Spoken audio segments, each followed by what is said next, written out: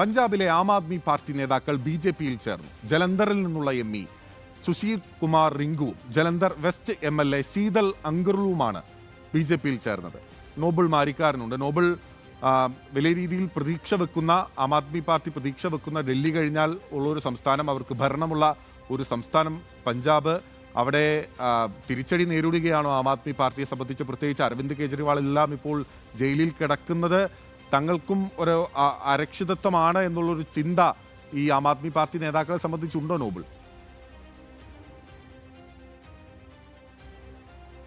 ഇതിൽ ആം ആദ്മിക്ക് പഞ്ചാബിൽ കടുത്ത തിരിച്ചടിയാണ് ഉണ്ടായിരിക്കുന്നത്. പ്രത്യേകിച്ച് ഒരു സിറ്റിംഗ് MLA-യും MP-യുമാണ് പാർട്ടി വിട്ട് BJP-യിൽ ഇന്നിപ്പോൾ അംഗത്വം സ്വീകരിച്ചിരിക്കുന്നത്. ജലന്ധർ MP സുശീൽ കുമാർ റിങ്കു അദ്ദേഹത്തെ ഇപ്പോൾ ഈ വരുന്ന ലോക്സഭാ തെരഞ്ഞെടുപ്പിൽ സ്ഥാനാർത്ഥിയെ തന്നെ അവിടെ നിന്ന് വീണ്ടും പ്രഖ്യാപിക്കുകയും ചെയ്തിരുന്നു.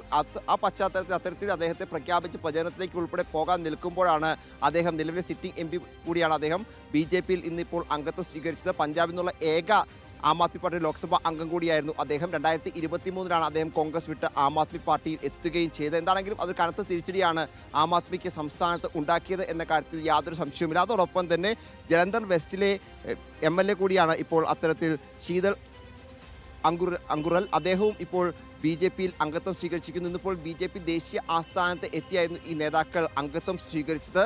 സമാനമായ രീതിയിൽ തന്നെ കഴിഞ്ഞ ദിവസങ്ങളിൽ കോൺഗ്രസിൻ്റെ MP നവദീപ് ബിട്ടുവും BJP-യിൽ അംഗത്വം അവിടെ നിന്ന് സ്വീകരിച്ചിരുന്നു. പഞ്ചാബിൽ നിന്ന് കൂട്ടമായി ഇത്തരത്തിൽ നേതാക്കൾ BJP-യിൽ അവിടെ അംഗത്വം സ്വീകരിക്കുന്നത് തീർച്ചയായും അവിടെ പാർട്ടികൾക്ക്, പ്രത്യേകിച്ച് ആം ആദ്മി പാർട്ടിയും കോൺഗ്രസിനും ഒക്കെ വലിയ തിരിച്ചടിയാണ് എന്ന കാര്യത്തിൽ യാതൊരു സംശയവുമില്ല. ആം ആദ്മിയെ സംബന്ധിച്ചിടത്തോളം ഈ റിങ്കുവിൻ്റെ ഇപ്പോഴത്തെ BJP പ്രവേശനം വലിയ പ്രതിസന്ധി പോലും പാർട്ടിക്ക് ഉണ്ടാക്കിയിട്ടുണ്ട്. പ്രത്യേകിച്ച് അവിടെ എല്ലാ സീറ്റുകളിലും ഒറ്റയ്ക്ക് മത്സരിക്കാൻ ആം ആദ്മി പാർട്ടി തീരുമാനിക്കുകയും റിങ്കു അടക്കമുള്ളവരെ സ്ഥാനാർത്ഥം പ്രഖ്യാപിക്കുകയും ചെയ്തതിന് പിന്നാലെയാണ് ഇത്തരത്തിൽ ഒരു പാർട്ടി വിടൽ ഉണ്ടായിരിക്കുന്നത്. അതിനെക്കുറിച്ച് വിശദമായി തന്നെ സംസാരിക്കുകയും പഠിക്കുകയും ചെയ്യും എന്നാണ് ആം ആദ്മി വൃത്തങ്ങൾ അവിടെ വ്യക്തമാക്കി. അതേസമയം ഈ ജനത സീറ്റുമായി ബന്ധപ്പെട്ട് മറ്റ് അനിശ്ചിതത്വങ്ങൾ ഇല്ല എന്നും അവിടെ പാർട്ടി ശക്തമായി തന്നെ പോരാടുകയും വിജയിക്കുകയും ചെയ്യും എന്നും ഇപ്പോൾ ആം ആദ്മി വൃത്തങ്ങൾ വ്യക്തമാക്കുന്നുണ്ട്. ബിനീത്, ഓക്കെ, ആം ആദ്മി അങ്ങനെ പ്രതീക്ഷ പങ്കുവെക്കുമ്പോഴും ജലന്ധർ പോലെ വളരെ പ്രധാനപ്പെട്ട ഒരു സ്ഥലത്തെ MP-യെയും ഒരു MLA-യുമാണ് ഇപ്പോൾ ആം ആദ്മി പാർട്ടിക്ക് നഷ്ടമായിട്ടുള്ളത് എന്നുള്ളതാണ് വളരെ പ്രധാനപ്പെട്ട കാര്യം. വിവരങ്ങൾ നൽകുകയായിരുന്നു നോബിൾ മാരിക്കാരൻ.